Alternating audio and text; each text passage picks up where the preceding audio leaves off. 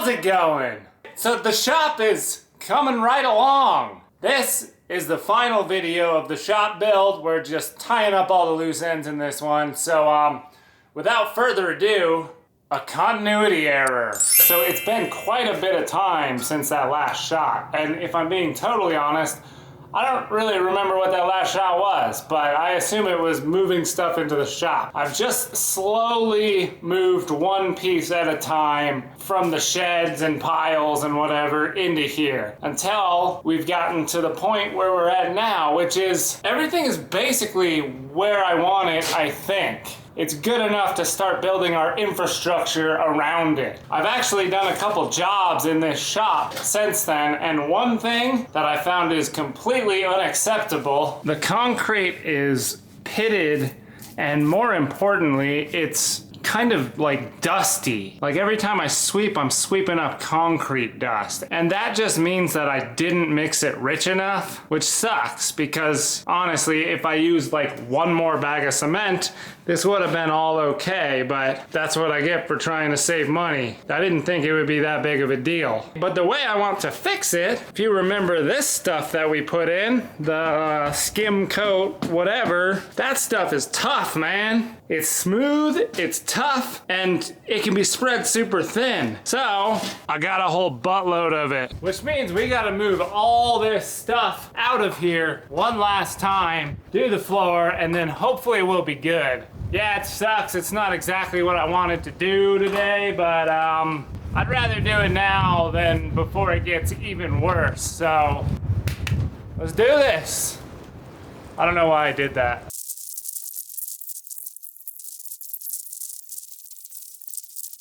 So initially the plan for this little gap between the concrete and the shipping container, I was gonna fill it with foam, which I'm still gonna do that. And then once the plasma cutter's running, I was gonna make a piece of flashing that follows the contour of the corrugation on the shipping container. But now that I'm spreading this stuff all over the floor, I think I can just wash it right over into this. Yeah, so I'm gonna fill it with foam, first things first, and then yeah, we're gonna try that. Gotta get this weed out of here. Or hey, should we just leave the weed in the foam? And if it survives and pokes up through the foam and the concrete, then we'll keep it. It'll be our little shop plant. So we got our mixer ready to go. I'm gonna mix it semi-soupy, which I know might not be good for the drywall, but this stuff sets up pretty frickin' fast, and I'll just run a floor dryer along the wall when it's done. But got the mixer, I've got a squeegee to kind of try and spread it out, I've got a regular float, and I've got the big pull float out there, so I think we're more or less prepared. Now, it'd be nice if I could find my concrete boots, but we'll see. I'll look around one more time. No concrete boots for me. Let's do this thing. I'm going for it. No going back now.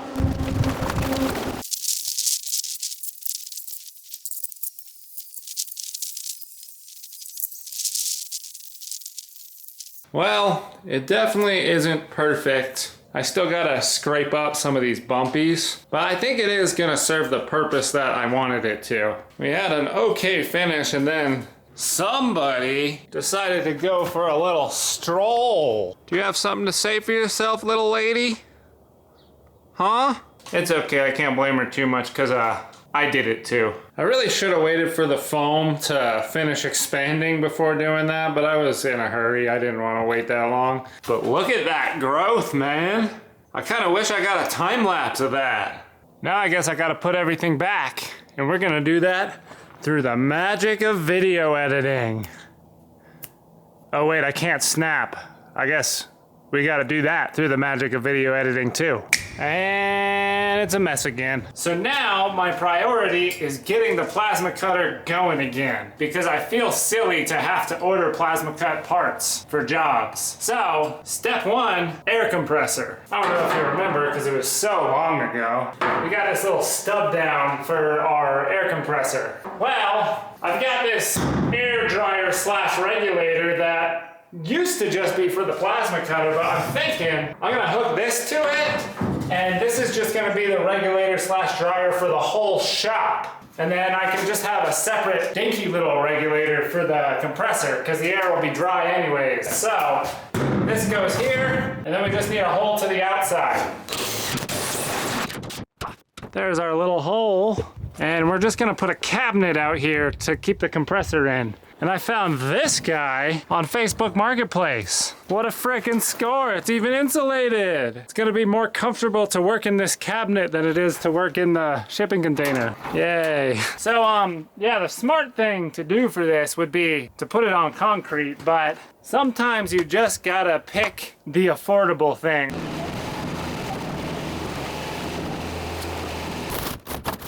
Ding! Got a couple of these XL size self-tappers. I'm just gonna pop a couple in. Now, while we're back here, I got another score. We got a quarter of a carport. A perfect place to park all of my quarter cars. Yeah, I think I'll leave the banner up. It's nice. Now, let's talk air compressors. This air compressor is the compressor that I've had for years. It's been perfectly fine for all the plasma cutting and, you know, normal stuff that I do. But now it's about time for an upgrade. And that is solely because of this. I've wanted one of these to clean up plasma cut parts for a long time, and now I finally have the space for one. So we got a sandblasting cabinet, but that compressor cannot keep up. I think we need more like 15 cubic feet per minute. So I went and I scored this little puppy. I got this for ridiculously cheap for what it is. She was wrong, it does 12.2 CFM, but still, that is more than double what that guy does. So I think this will work good for us. Now the problem, it runs on 240 volts. And my original plan was to just tie onto one of the 110 circuits in there, but we can't do that. And I don't want to just tie onto the plasma cutter circuit. We need to run a whole new circuit of 220 back to here, which sucks. We just gotta rip the band-aid off, man. We can pull these outer panels to run our wire, and then obviously the channels in there are removable, so it shouldn't be too hard.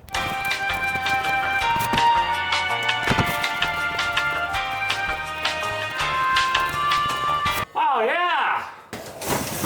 We're in, man. And the wire does not look damaged, so I think we did good. So, the way I had my old compressor is I had it on a smart switch so I could turn it on and off as needed. That way, it doesn't really matter if the lines leak. This one is not as simple. There aren't really any good 240 volt smart switches over 20 amps. So, I think I might use like a contactor that is triggered by a smart switch at some point, but for now, we're just gonna leave it plugged in. I already plugged it in and pressurized it, and it sat overnight and I didn't hear it kick on another time at all, so at least this holds pressure. Now, we just gotta make the rest of our lines hold pressure. The layout of the machines back here, I'm not fully convinced on it, but we're gonna plumb it in as if I am. So, hopefully I don't regret that. Inlet is over there. We come over to here, we've got a quick connect down here next to the frickin' sandblasting cabinet. And then our next outlet is next to good old Smash Boy and the bandsaw. Right? We've got one over here next to the lathe, and it's sorta kinda next to the mill, but so is the one there, so I thought it was fine. And then we tee off into the main shop over to here, and we've got one line that I'm just gonna have a little psh psh psh thing on, and then we've got our regulator and solenoid valve for this screen. Then we got the part that we put through the wall already. This comes up to this corner and attaches to this guy. So we've got our hose reel good again. The one part that I haven't finished plumbing in yet is this part right here for the plasma cutter. I'm gonna build some kind of shelf up here that's gonna house the plasma cutter, the CNC controller, and the computer for the machine. And then I can figure out how to plumb into the plasma cutter. So yeah, I guess let's build a shelf real quick. Now that is a nice shelf, man. I went ahead and took my best guess at wiring everything in. I think we got it right. And with the plasma cutter in its home, I've installed this regulator. So that means the last thing we gotta do is plug it all in and hope there's no leaks. The broken regulator on here is fully maxed out. Let's go.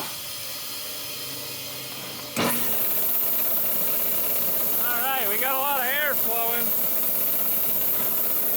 It may or may not be a good thing. I hear a leak. All right, this was not shoved in all the way. Sorry, I needed my hands to do that. I basically just pulled it tight with some channel locks and hey, no more leaky. It appears that 100 PSI is what we get from that compressor, which is, it's not great, but most of the things I do are high flow applications rather than high pressure, so I guess I'm cool with it. I think we're all good. We got air, and honestly, 100 PSI is pretty good, man. I guess I can keep my other compressor for higher pressure applications. Look at that, man. We just got forever air. That's nice.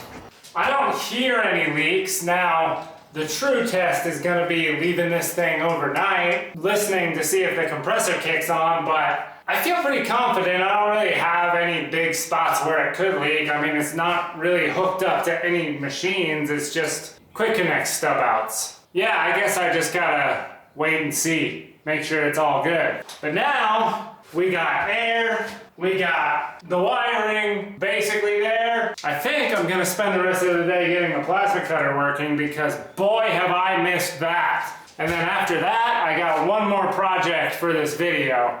And that is to deal with the stuffiness and sweatiness in here. We're gonna finish the ventilation system.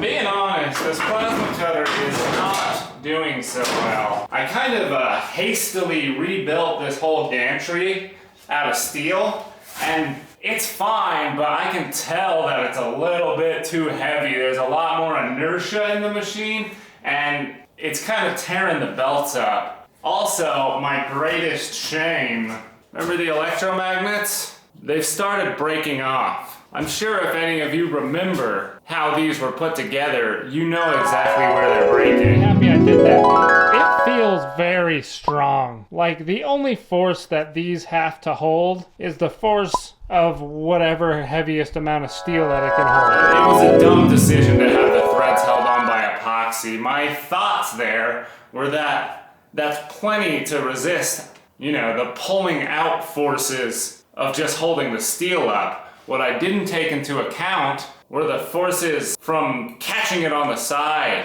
and twisting it off like that. Because some of them sat like a tiny bit proud, if I caught it with the steel or if I'm pulling apart and I catch the side, it would pop right off, and really a lot of them came off in the move. So that needs to be done. Honestly, I think there's enough stuff repairing this plasma cutter that I could make a video. So let me know if you're interested in that. We'll do a nice plasma cutter rehab video. But for now, I'm just gonna get it working again.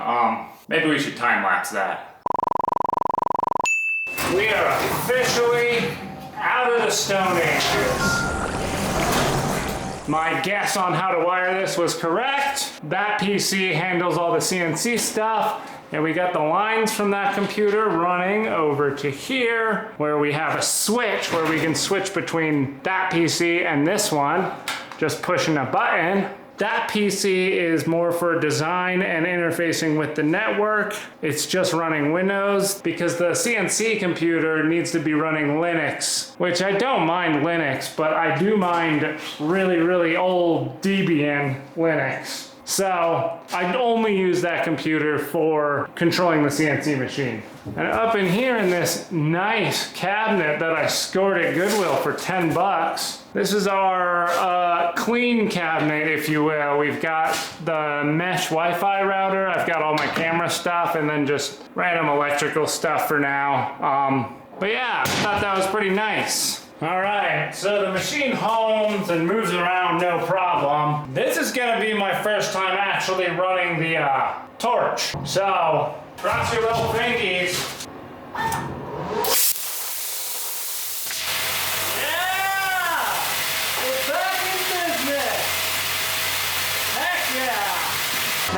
that does not look great to breathe. So I guess it's ventilation time. But first, an ad break. I don't like this. This doesn't feel right. It's not really an ad break. I'm just pushing my Patreon. The past year has been economically difficult, and because of that, you probably have noticed I haven't made any videos. The footage for this video I shot at the beginning of the year. I've had to make money, so I couldn't focus on YouTube stuff. But making these videos is by far the most fulfilling work type thing that I do. And because of that, I'm never gonna not make these videos, but if I can make money making these videos, it just means that I'm gonna make more videos. So, if you'd like that, consider throwing me a couple bucks on Patreon. I post these videos a little early on there, and I also post, you know, whatever the heck else I'm doing videos on there. For this video, I'm gonna go over all the Home Assistant integrations that I've been using in the shop, and also, I don't know if anybody remembers this old project, I'm gonna revive that and integrate it into Home Assistant so it'll be even better. So yeah, if you can, support me on Patreon. It's all very, very appreciated. And anyway, back to your regularly scheduled bullshit. This is the fan that I had in the old shed for the plasma cutter, and it actually moves a lot of air, man. And when I had it in the shed, I was able to stick it in this sheet and have a little slit on there so I could get over the flange. I can't do that on the shipping container, and if I cut the hole big enough to fit the flange through, I'll have to figure out some kind of flashing that goes in the corrugation of the shipping container. So, I'm sorry, buddy, but we're gonna have to cut your flange off.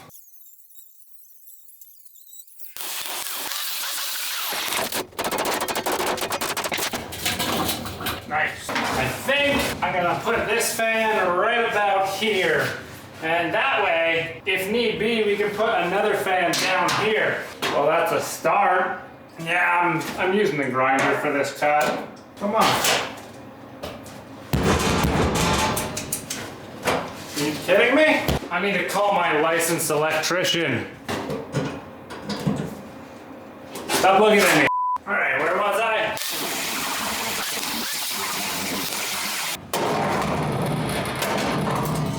I kind of like having this little peephole to the road. Maybe I'll install a porthole. Not here though. Here gets a fan. It's not a perfect fit. I might not even call it a good fit. But it does fit. Now this guy just plugs in right here. And we got a fan. Beautiful. For the ventilation, I've got 3 of these 20-inch fans. I was initially just gonna use box fans for money reasons, but these were fairly cheap and they move a heck of a lot more air than box fans, and I think we're gonna need to move a lot of air through that thing. So, we gotta make a shroud for this thing, which means it's time for our first plasma cutting session in like 6 months. Reunited and it feels so good. Reunited 'cause we understood. Yeah, the ventilation does not work great. So, we got our fan. Now we need to make the actual shroud. And for that, I've had this 6-inch Corten material laying around forever. It's kind of, you know, very rusty, because that's what Corten's supposed to do, but who cares? It's fine. Ah, I clamped my shirt to it. Take 2. Very rare that I run into a situation where I wish I had a spot welder, but this is that situation. That is a nice circle. And here we have an egg. We can just take pieces of this egg and fit them into the circle. I've thought about it, and I think I want to weld it to the fan before putting the ventilation things in, because I got no real other way to make sure this thing is actually a circle, short of welding it to the bench. But you know, if I'm welding it to anything, I might as well just weld it to the fan. Now, we can just stick these things in however they fit best, I guess.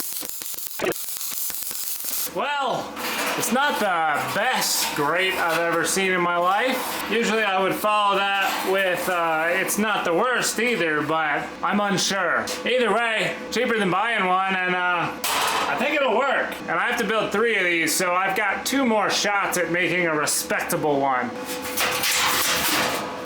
Much better. Now we gotta go cut our holes in the wall. And I actually really like how these vents turned out. They're very, half-life. How interesting. Just look at that. So, this goes here. I'm gonna roughly trace it. This time I actually went and fixed my plasma cutter. Yeah, that was pretty rough with a grinder. Here goes nothing.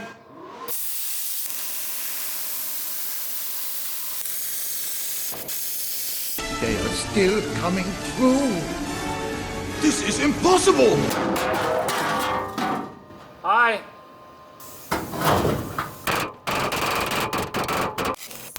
Look at that, it's beautiful. I wasn't able to adjust it to be completely level, but I think it looks close enough and it'll keep the rain out, which is the whole point. Now, obviously the cut isn't perfect, so I'm gonna have to go around with some silicone or something just to fill out the edges. It's close enough. Now, I've got 2 more, and I don't think that they're gonna be even, unfortunately. One's gonna go here because I don't want to put one directly above the computer, and the other one is gonna go right here. So, not even, but whatever, you know. Is anyone really gonna see it besides me? Well, I did film the whole process, but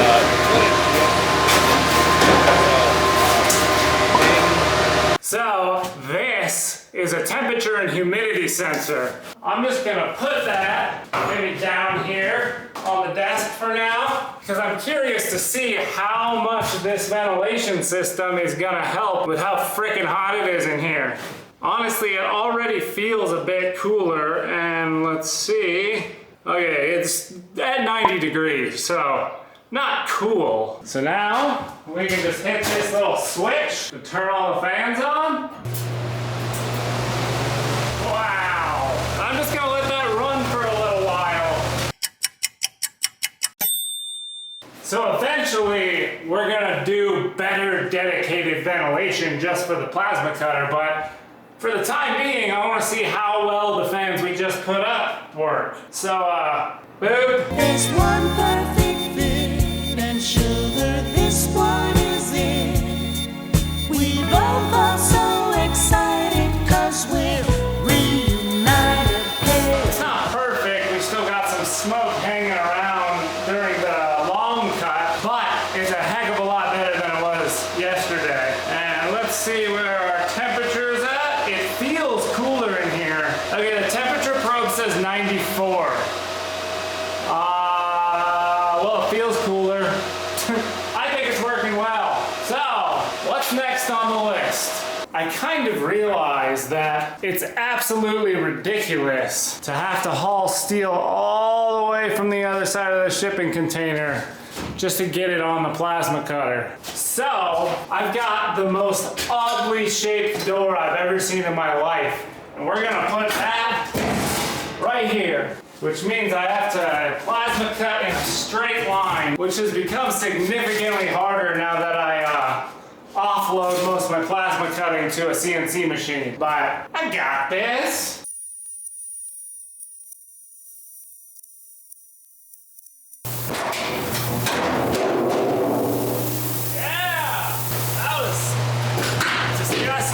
We got our hole. I sure hope it fits.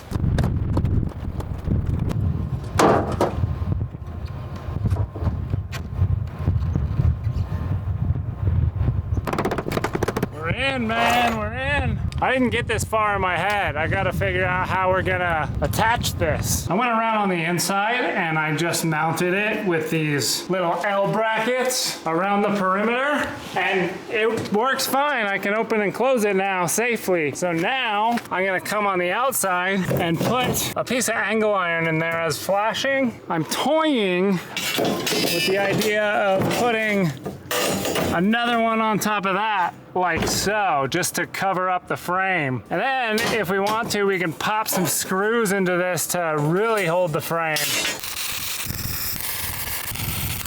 Look at that nicely trimmed out door. My welder broke with one weld left, so I just put a self-tapper in. Screw it. Now obviously I'm gonna have to go along this trim and get some silicone in there, but I need a lot of silicone anyways because I still gotta seal the vents. The reason I got this tall ass door is at some point I want some kind of arm that can stick out of the door and I can put a winch on the end to get pieces of steel out of the truck. So yeah, I think that'll work good. Now then, let's get this place put back together.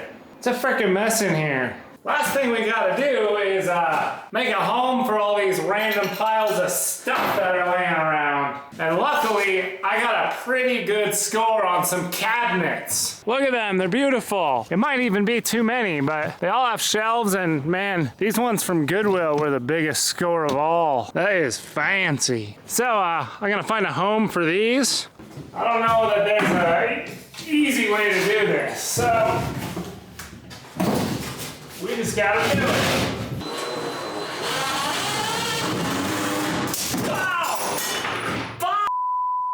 Ay, ay, ay. That is a shank if I ever seen one. That sucks, man. It got me a little bit. Hopefully I can order new glass for this. We incurred a bit of damage, but cabinet's up. Started painting it that color, but I don't think I like that color. Also, if I use too much of that paint, I'll die. Pretty nice though. Now, let's just hope I can put the next 3 cabinets up without injuring myself.